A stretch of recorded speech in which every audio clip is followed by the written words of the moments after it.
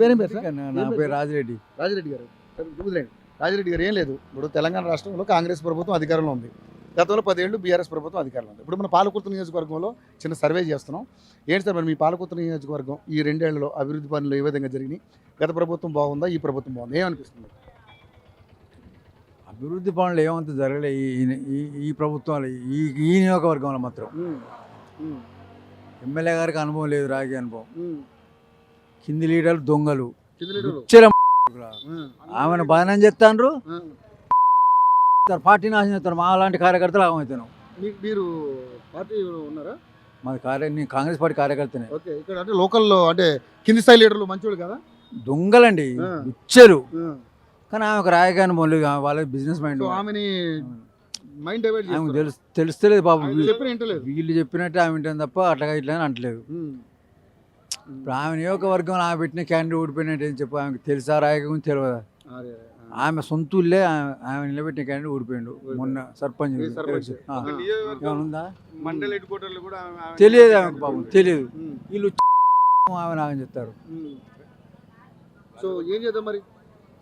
చేసేది ఉంది మరి అనాలి. లంజోడు దొంగలంజోడు కాదురా, బాధ అంతేలే. మంచి కాంగ్రెస్ మొన్నసారి అసెంబ్లీ ఎలక్షన్ పోయి దొంగ లీడర్లను ఒకసారి వాళ్ళ సిమ్ తీసుకొని రికార్డ్ చేయాలని చెప్పాడు. కానీ కొంతమంది రికార్డ్ చేయాలని చెప్పిన, ఎందుకని చేసిన పొక్కను ఇది మింగకుండా వదలకుండా ఉన్నది పాపం ఈయన పని. కాంగ్రెస్ ప్రభుత్వం అది మొత్తం చేసింది, మొత్తం లోతట్టు పొక్క వేసిపోయిండు. దాన్ని కూడిపడానికి ఏం చెప్తారండి? చెయ్యి చేతులు వేసేది ఏం చెప్తారు? రేవంత్ రెడ్డి ఏం చెప్తారు? రేవంత్ రెడ్డి రాసి స్టార్టింగ్ లో వారు గెలిచినప్పుడు ఏమన్నా మన బంగారు తెలంగాణ అన్నాడు. ఆ దొర తాగి నిరాహార దీక్షలు తీసి లాస్ట్ సోనియా గాంధీ మన తెలంగాణ ఇచ్చిందండి. ఇచ్చిన తర్వాత ఓట్లు ఇచ్చిన ఎలక్షన్ వచ్చినా గెలిచిండు. ఆ దొర ఏమన్నా ఫస్ట్ మనది బంగారు తెలంగాణ, మన డబ్బులు చూడు, మన ధాన్యం చూడు, దాని చూడు అన్నాడు. ఇవాళ ఏం చేసిపోయిండు? బంగారు తెలంగాణ ఏమని పాలైంది? వాళ్ళ కుటుంబం పాలైంది. ఇలా నాశనం చేసిపోయింది రాష్ట్రాన్ని. చేయని అందరూ అంటాడు, అల్లుడు అంటాడు, కొడుకు అంటాడు, బిడ్డ అంటుంది. ఇక బిడ్డ కాకపోతే ఏదో మార్పు వచ్చి ఉంటుంది, వాళ్ళు ఏమంటే కొద్దిగా డిస్కస్ అవుతుంది, కొద్దిగా వేరే తిరిగి మాట్లాడుతుంది. అది పరిస్థితి. లోకల్ రాజకీయ పరిస్థితి ఎట్లా ఉందంట? లోకల్ రాజకీయ పరిస్థితి దొంగలు. ఆ ఎమ్మెల్యే గారు కూడా సరే ఎవరు నిజమైన క్యాండిడేట్ ఆమెకు అర్థమవుతారు. దొంగలకే విలువిస్తుంది, మంచోళ్ళకి విలువిస్తలేదు పాపం. అల్ల నుంచి ఇళ్ళకి వచ్చిన వాళ్ళకు విలువిస్తుంది కదా, కంటిన్యూగా వెళ్ళి మొదటి నుంచి దెబ్బలు పడి వాళ్ళకు విలువలేదు. వానికి కనీసం వానికి గుర్తు కూడా చేస్తలేదు.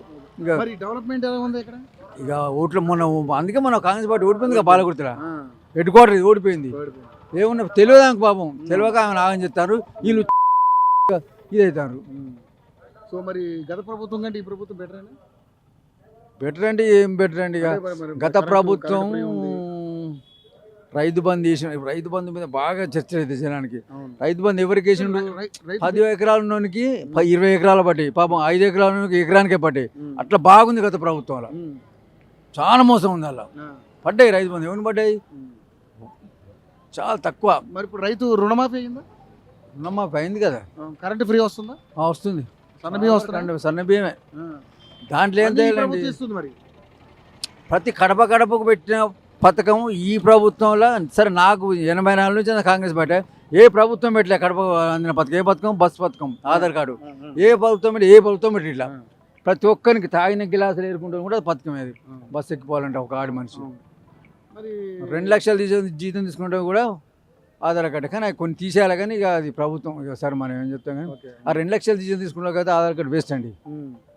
సో మరి ఇప్పుడు ఏంటి మరి బాబాయ్, మరి ఇప్పుడు వీళ్ళకైతే ఎక్స్పీరియన్స్ లేదంటావు ఎవరు ఎమ్మెల్యేకి? లేదు. మరి ఏంటి మరి రానున్న రోజులు ఏంటి పరిస్థితి? ఏమున్నది ఆమెకి ఏం చెప్తాం మనం పెద్దలకు? మీలాంటి వాళ్ళు చెప్పలేదా? అలాంటి మేము కార్యకర్తలు అసలు మమ్మల్ని గుర్తింపేసేదా?